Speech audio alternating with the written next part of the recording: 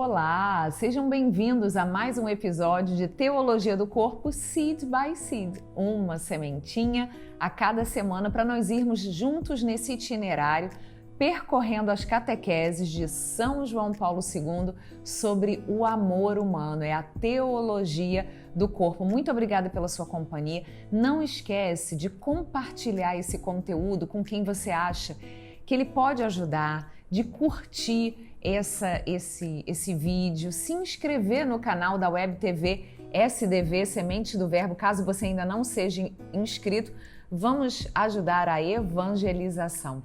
Nós estamos juntos caminhando nesse primeiro ciclo da Teologia do Corpo. Nós somos Tatiana e Ronaldo de Mello, estamos diretamente aqui da Arquidiocese de São Sebastião do Rio de Janeiro, trabalhamos aqui na Pastoral Familiar e somos também amigos do Verbo para poder compartilhar com você essa beleza e essa riqueza que transformou a nossa vida, pode transformar a sua também. Nós estamos no primeiro ciclo e no encontro passado nós trabalhamos a questão da unidade original, como homem e mulher vieram de uma criação, de uma gênese comum e somos destinados a nos tornarmos um entre nós também. A gente queria comentar um pouquinho mais com vocês no episódio de hoje sobre isso e falar também sobre algo que São João Paulo II também vai aproveitar para comentar ainda com relação a esse tema, que é a questão da unidade e da indissolubilidade matrimonial também. É verdade. E dando sequência ao nosso estudo, ainda falando um pouquinho, sobre a unidade originária, o Papa São João Paulo II traz para a gente nessa catequese, que você já deve ter ouvido muitas vezes a gente falar, quando nós dizemos que nos assemelhamos a Deus, não só na questão física, e eu até brinquei, porque a gente, como é que vai saber qual é o rosto de Deus, É o meu rosto, é o rosto da Tatiana? Deus é puro espírito, então, não tem carne. Essa não é... Mas Cristo se fez carne, Daí nenhuma. vem a teologia do corpo. E se fez carne, inclusive, para abrir esse caminho da humanidade, para ser o primeiro, para ser aquele que foi abrir a ascensão, só fazendo um parêntese aqui. Celebramos há pouco tempo. Esse objetivo, a ascensão de Cristo, porque até então nunca havia existido uma experiência do corpo humano no céu.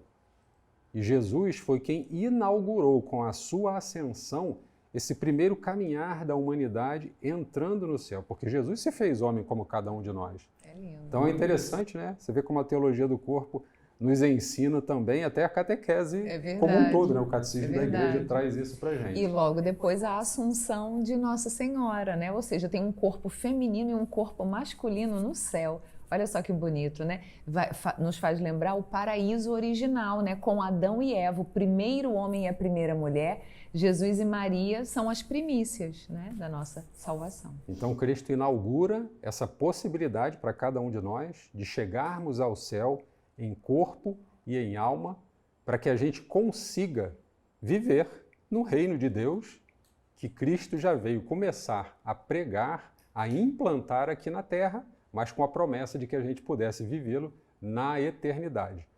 O grande diferencial dessa comunhão que a gente consegue fazer, e aí está a nossa semelhança principal com Deus, não é enquanto forma física, mas enquanto comunhão que fazemos, porque Deus é comunhão, Deus é amor, e através da sua comunhão com o Pai, Filho e Espírito Santo, e o amor que os une, esse é o ponto-chave, é o entendimento que a gente pode ter para que nós saibamos que somos imagem e semelhança de Deus na comunhão, quando fazemos comunhão na vida matrimonial, na vida consagrada, em tantas outras realidades. Então a catequese 9 é talvez a grande inspiração da teologia do corpo para que a gente consiga entender esse ponto de eu me assemelho a Deus quando eu faço comunhão. Esse é a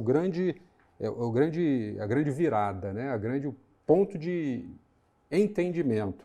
E nós, especificamente, fazemos isso, essa comunhão perfeita, através da masculinidade e da feminilidade. É muito importante que isso fique claro, porque não é uma forma que nós, enquanto criaturas humanas, entendemos, ou criamos, ou inventamos. fazer comunhão a partir da realidade da masculinidade e da feminilidade é uma forma de concretizar a criação de Deus, pois assim foi feita a criação. Então, para que a gente consiga entender que muitas vezes a gente talvez ouça dizendo que são construções sociais, por exemplo, a comunhão que um homem e que uma mulher pode fazer. Quando, na verdade, a gente consegue perceber de uma forma muito clara que o que a gente faz é cumprir o plano de Deus da criação, de que se possamos fazer comunhão, e aqui fica claro esse entendimento do Pai, Filho, Espírito Santo e o amor que os une, o homem e a mulher e o amor que os une também, e que gera uma nova vida, com o Filho. Então, chega a ser bonito como Deus quis que nós nos parecêssemos com Ele, com tantas características iguais à sua, né? Sem que a gente fugisse daquilo que Ele é, para que nós pudéssemos ter essa mesma característica. Então, esse é um ponto de inflexão onde a gente consegue entender por quê. Deus se manifesta através do seu amor. O homem faz essa manifestação de unidade, de comunhão, através de si, através do corpo. Sempre lembrando que quando a gente fala em corpo, a gente fala da unidade de corpo e alma. Porque o corpo, como diz o Papa São João Paulo II, revela a pessoa, revela quem é capaz. Quem é capaz de fazer comunhão? Como Deus sonhou e planejou e nos criou, através da masculinidade e da feminilidade, com o nosso corpo. Então o corpo revela a forma do homem, e homem aqui entendido como criatura, homem e mulher, mas a forma como eu sou capaz de fazer comunhão. É importante, e essa existência do outro é a capacidade que eu tenho. Então a gente entende um pouquinho também daquilo que a gente falou no encontro passado, que eu não consigo me caracterizar enquanto ser humano sozinho. Eu preciso dessa comunhão para que o meu ato, o meu agir, mostre efetivamente a minha unidade, a minha capacidade de criar esse vínculo. Na catequese número 9, parágrafo 5, São João Paulo II explica que a teologia do corpo, que desde o princípio está ligada justamente à criação do homem, à imagem de Deus, torna-se, de certo modo também, a teologia do sexo, ou melhor ainda, a teologia da masculinidade e da feminilidade. E aí ele diz que esse significado original da unidade, homem e mulher, ele tem uma dimensão ética, tanto que Jesus apela à justiça da criação original, ao ordenamento da criação original, quando ele vai falar com os fariseus, né? Lembra sempre que toda a motivação desse primeiro ciclo de catequeses é Mateus 19, né? O diálogo de Jesus com os fariseus acerca do divórcio. Então, o fato de sermos criados homem e mulher e dessa comunhão de pessoas a qual nós somos chamados a fazer, nos revela uma dimensão ética, ou seja, é justo que nós vivamos de acordo com o ordenamento da criação, a forma como nós fomos criados, homem e mulher, diferentes, mas com uma origem comum para fazermos comunhão. E também, vejam só, há uma dimensão sacramental. O corpo humano é um sacramento, porque ele revela de forma visível, concreta, palpável, uma realidade, um mistério invisível. Não é isso que um sacramento faz? Eu jogo a água do batismo, a água é um elemento sensível, palpável, que representa algo que não se vê, algo transcendental, que é Deus lavando a alma daquela criatura do pecado. Então, da mesma forma, o meu corpo, que é sensível, é visível, ele é um sacramento no sentido que ele revela o mistério da criação de Deus para as outras pessoas com quem eu convivo, com quem eu faço comunhão. E aí daí a gente já pode aproveitar e pegar o gancho para um outro aspecto que enriquece essa reflexão sobre a unidade original que São João Paulo II traz, que é justamente pensar também no sacramento do matrimônio. Então, não só o corpo como um sacramento, mas a comunhão e a união de homem e de mulher como um sacramento também. E aí, para a gente, só um pouquinho, antes da gente entrar efetivamente no matrimônio, para que a gente consiga entender o que vai acontecer nessa realidade do matrimônio, é importante a gente entender dois movimentos, e a Tatiana acabou de mencionar uma palavrinha-chave muito importante, que é transcendência. Então, nós fazemos dois movimentos transcendentes no matrimônio. Agora a gente está falando especificamente da realidade matrimonial que o Papa São João Paulo II vai começar a destrinchar na Catequese 10. A primeira transcendência que o Papa São João Paulo II traz para a gente, ele chama de transcendência horizontal. O que é transcender, né? A gente gosta muito, vocês já devem ter percebido, que várias coisas que quando a gente fala, a gente vai lá na palavra para entender a palavra. Né? E a etimologia, e faz todo o sentido, porque às vezes a sua dúvida, o que será que esse assunto trata? Se você vai olhar a palavra, talvez você consiga entender do que aquilo se trata só analisando a palavra. E quando eu falo em transcendência, que é esse primeiro movimento que o Papa São João Paulo II traz para a gente, essa transcendência horizontal. Se é uma transcendência horizontal, é um movimento que eu faço de transcender, ou seja, eu saio de mim para ir em direção a outra realidade. Isso é transcender, né? É mudar, é transformar a minha realidade, transformar o meu estado. É como se eu saísse de mim e fosse em direção a alguém. Eu transcendo, né? Você já deve ter ouvido falar nas questões transcendentais. São aquelas questões que estão além da nossa realidade. O matrimônio é a maior e mais digna realidade onde nós podemos viver essa transcendência horizontal. E o Papa São João Paulo II chama a atenção dessa horizontalidade justamente por quê? Porque eu não transcendo para cima, para ser maior, para estar sobre a realidade da esposa. A esposa não transcende em direção ao marido para estar acima dele, mas ela transcende horizontalmente, de forma igual, de forma equitativa, de forma igualitária. Os dois, um transcende em relação ao outro. Então percebam a realidade transcendente que nós temos na vida matrimonial, que às vezes é tão descaracterizada, tão menosprezada, tão tratada como algo utilizável, né? E aí a filosofia do utilitarismo está aí para provar para a gente que essa beleza é deixada de lado. E a segunda transcendência que o Papa São João Paulo II traz para a gente é a transcendência em direção ao terceiro. E quando eu comecei a estudar essa transcendência, eu achei tão bonito isso, porque eu falei assim, como eu vou transcender, que não seja em direção à minha esposa, mas eu vou transcender para um terceiro? E o Papa São João Paulo II fala que tem dois caminhos nessa transcendência para o terceiro. O homem quando transcende em direção à mulher, a mulher quando transcende em direção ao homem, no matrimônio, no encontro conjugal, os dois transcendem junto em direção a um terceiro, que é a primeira vertente dessa transcendência ao terceiro, para o filho, para a geração de uma nova vida. E a segunda vertente dessa transcendência em direção ao terceiro é a transcendência que nós fazemos em direção a Deus.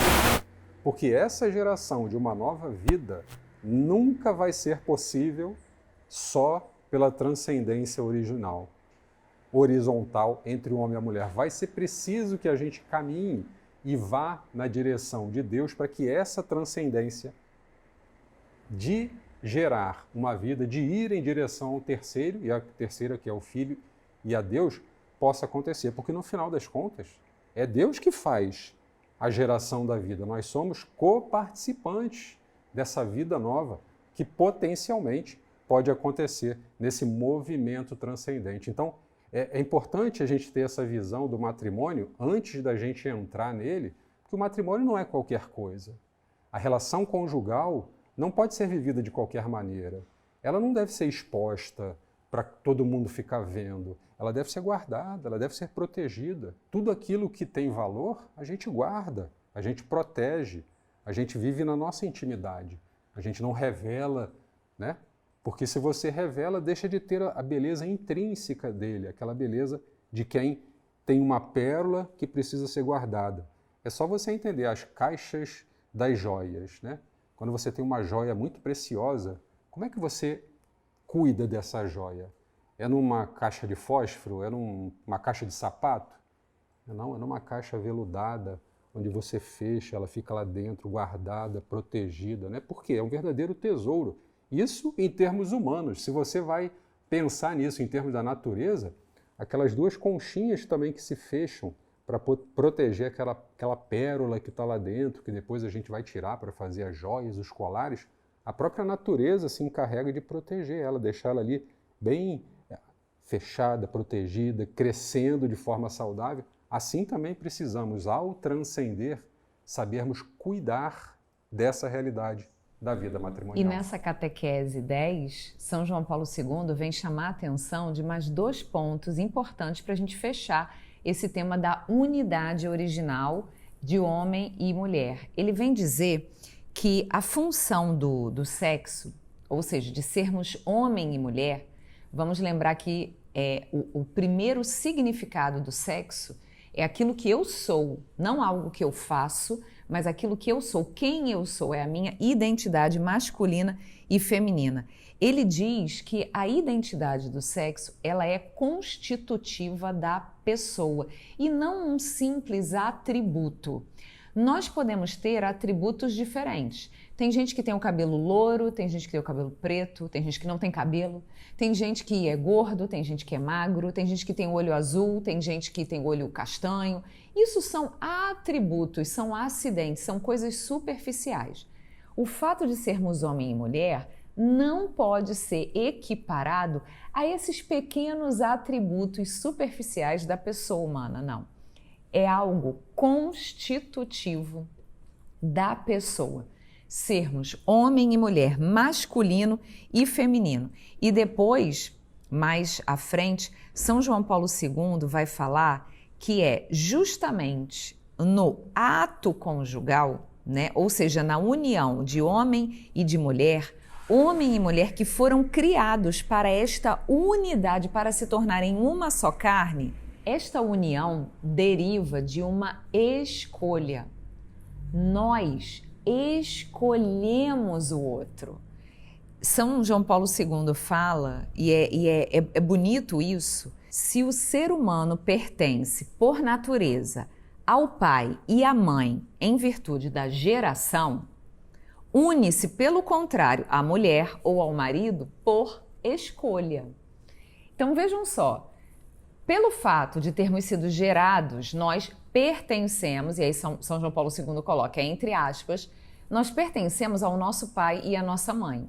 Mas desde o princípio, desde o Gênesis, Deus já nos diz que nós deixaremos o nosso pai e a nossa mãe para nos unirmos a uma mulher ou a um marido para sermos uma só carne. Então vejam só que essa unidade também se dá por escolha.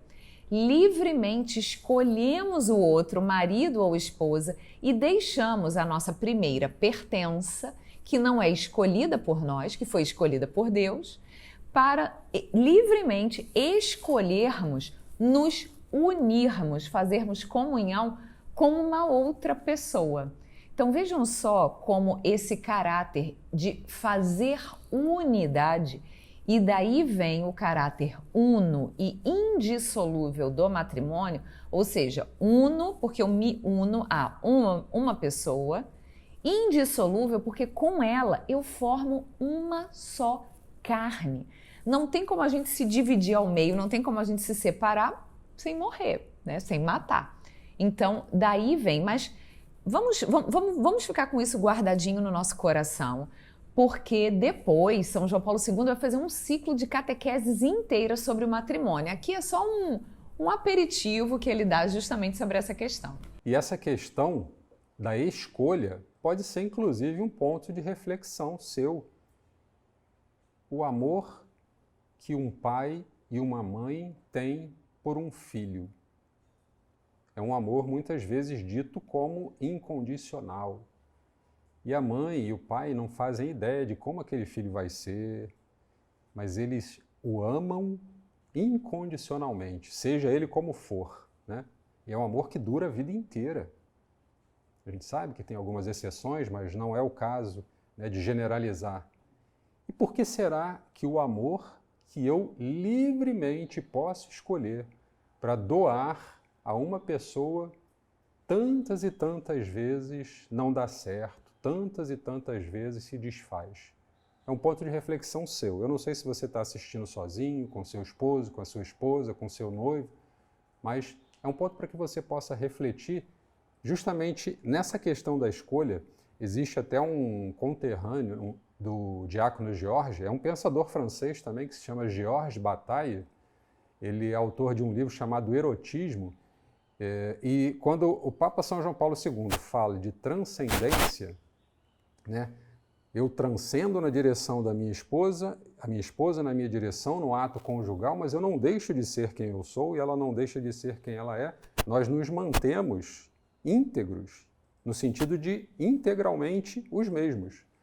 Esse autor dizia que neste momento, né, há uma quebra, há uma morte, porque a pessoa sai de si para ir para o outro. E quando ela sai de si, ela deixa de existir, né? Então, vejam como que, às vezes, uma linguagem um pouco poética pode mostrar exatamente o contrário, deturpar a beleza de eu me entregar a uma pessoa, de eu transcender em direção a ela para construir uma única realidade. Eu não deixo de ser quem eu sou, eu não morro, né? Eu continuo tendo a minha realidade única. Então esse autor, um autor francês também, tem o mesmo nome do diácono, inclusive, é Georges, mas deturpa essa realidade, deturpa essa visão de quem não consegue ver o que é transcender no amor. Então, depois dessa reflexão, nós queremos te convidar a pensar bem sobre a sua vocação e a vivê-la bem com a graça de Deus. E no próximo episódio, nós vamos continuar nesse nosso caminho no primeiro ciclo da Teologia do Corpo. Até lá!